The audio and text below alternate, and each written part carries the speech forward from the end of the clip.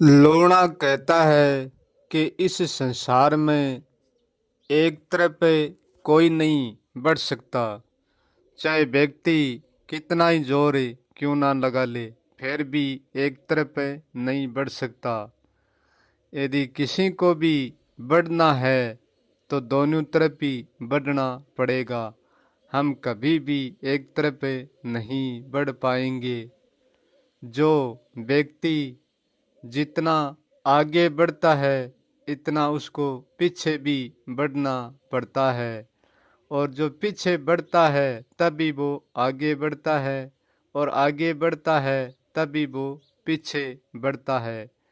एक तरफ ना तो पीछे बढ़ सकता है और ना आगे बढ़ सकता है। इसलिए सबको आगे बढ़ना है तो सबको पीछे भी बढ़ना पड़ेगा, क्योंकि आगे और पीछे बढ़ने के अलावा हमारे पास कोई भी उपाय नहीं है।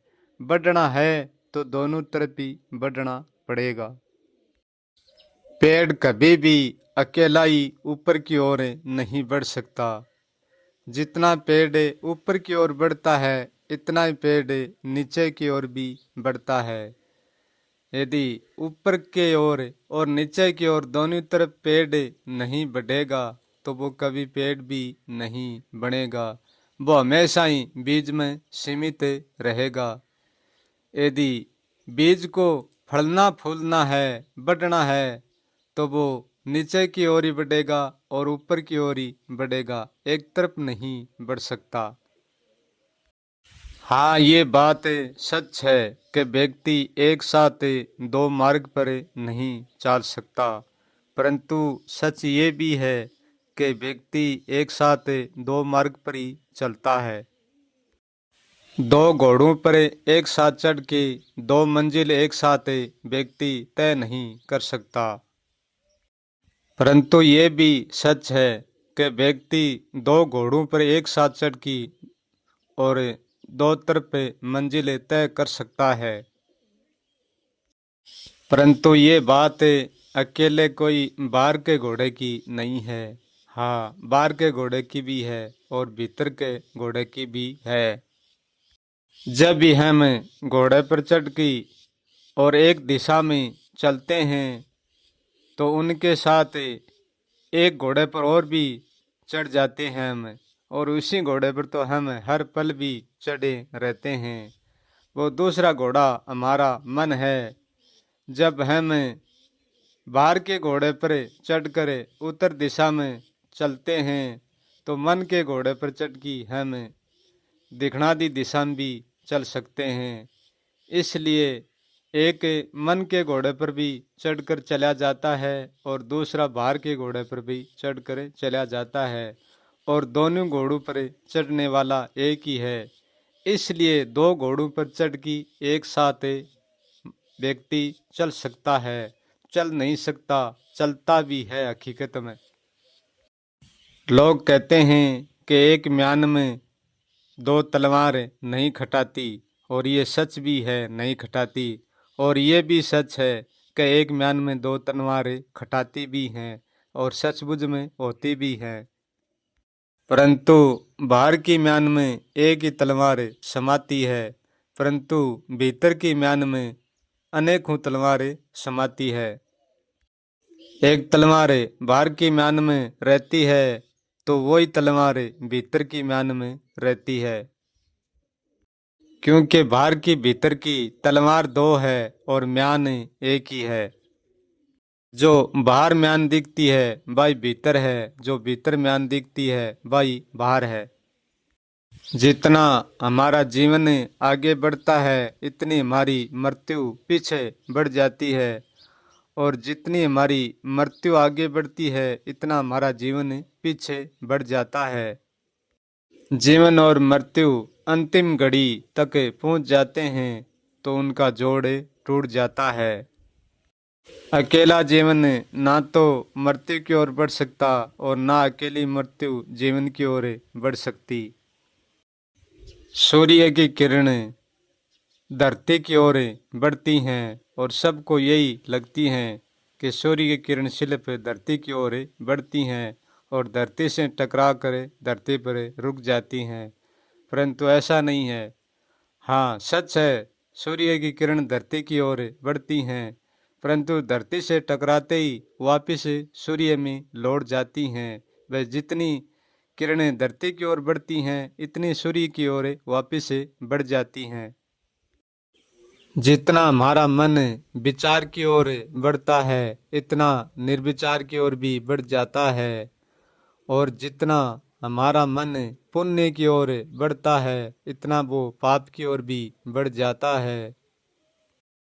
और जितना हमारा मन सच की ओर बढ़ता है, इतना झूठ की ओर भी बढ़ जाता है।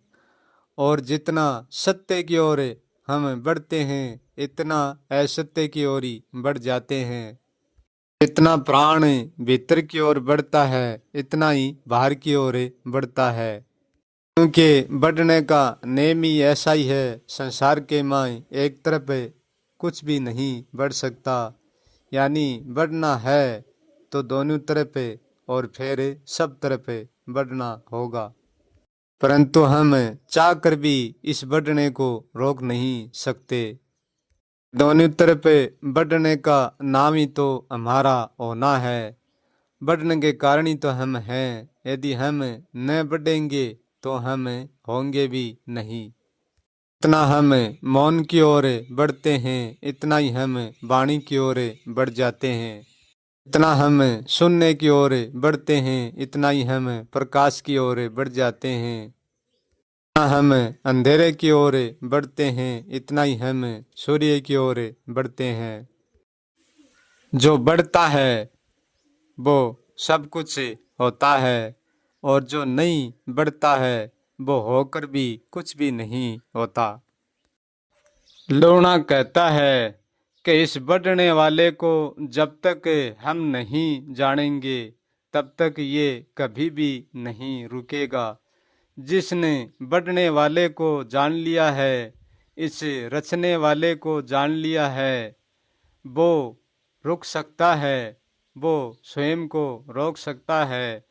और नहीं जानेंगे जब तक ये अजर अमर है, ये हमेशा ही बढ़ता रहेगा, कभी नहीं रुकेगा और एक तरफ बढ़ेगा नहीं, ये दोनों तरफ बढ़ता हमेशा ही रहेगा। क्योंकि ये बढ़ने के कारण ही तो अमर है, और जो नहीं बढ़ता है उसको अमर भी नहीं कहा जा सकता। जब हम हमारी बढ़ती हुई कल्पना को जान लेते हैं, तो हम उसी कल्पना को सिकोड़ सकते हैं। हम बाहर की कल्पना को सिकोड़ सकते हैं, तो हम भीतर की कल्पना को भी सिकोड़ सकते हैं। और हम जीवन को भी सिकोड़ सकते हैं, तो हम मृत्यु को भी सिकोड़ सकते हैं। सिकोड़ने का अर्थ है अस्थाई करना। जब हम दोनों तरफ के फैलाव से सिकुड़ जाते हैं, तो हम अपने आप में अस्थाई हो जाते हैं। फिर हम किसी भी कल्पना में दोनों तरफ नहीं दौड़ते हैं, किसी भी तरफ नहीं दौड़ते हैं, ना तो आगे दौड़ते हैं और ना पीछे दौड़ते हैं। परंतु सच तो ये है कि कर्म के कर्तापन से कोई नहीं सिकुड़ सकता, कि कर्म का होना ही हमारा दौड़ना है। जब हम कर्म करेंगे तो हम दौड़ते ही रहेंगे, सिकुड़ नहीं पाएंगे। भी ये सोचे कि मैं अच्छे कर्मों के माध्यम से सिकुड़ जाऊंगा, मैं ज्ञान के माध्यम से सिकुड़ जाऊंगा, मैं विचार के माध्यम से, मैं जानने के माध्यम से सिकुड़ जाऊंगा, अनुभव के माध्यम से सिकुड़ जाऊंगा, तो उनसे कभी भी नहीं सिकुड़ पाएंगे। क्योंकि जो जानते हैं हमें, वो भी तो एक दौड़ना है, और जो भी हम करते हैं वो भी दौड़ना ही है। नहीं जानते हैं वो भी दौड़ना ही है। इसलिए सिकुड़ना चाहता है वो कभी भी कर्म से नहीं सिकुड़ पाएगा, क्योंकि कर्म सिकुड़ने का विधान नहीं है, कर्म दौड़ने का विधान है, दौड़ने का रास्ता है। क्योंकि कर्म मार्ग है और वो मार्ग दौड़ने का रास्ता होता है।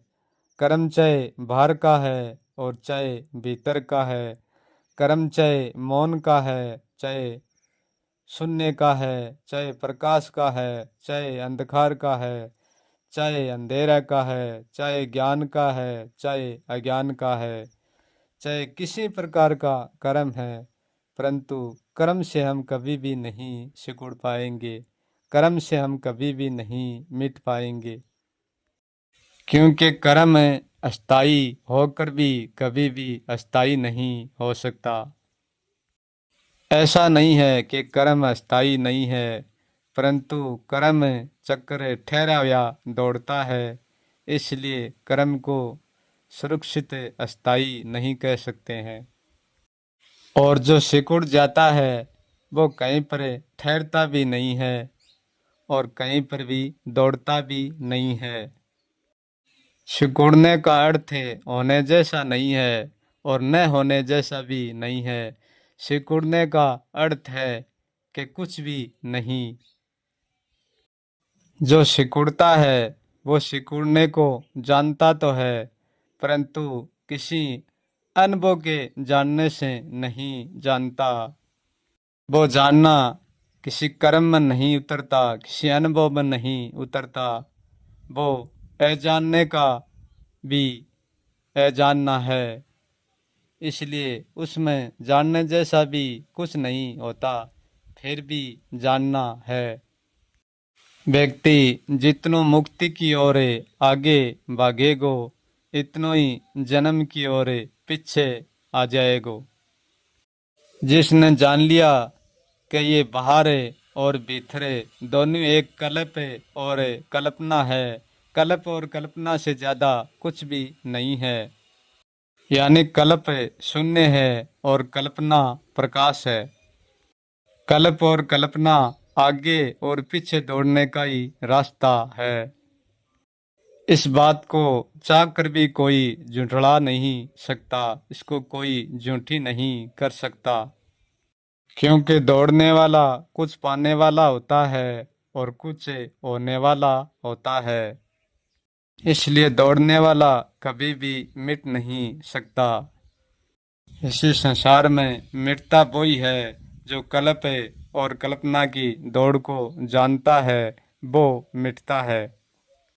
वो फिर सबको बाहर और भीतर से दौड़ता तो सबको दिखेगा, परंतु वो स्वयं को पता है कि मैं कहीं पर ही नहीं दौड़ता हूँ।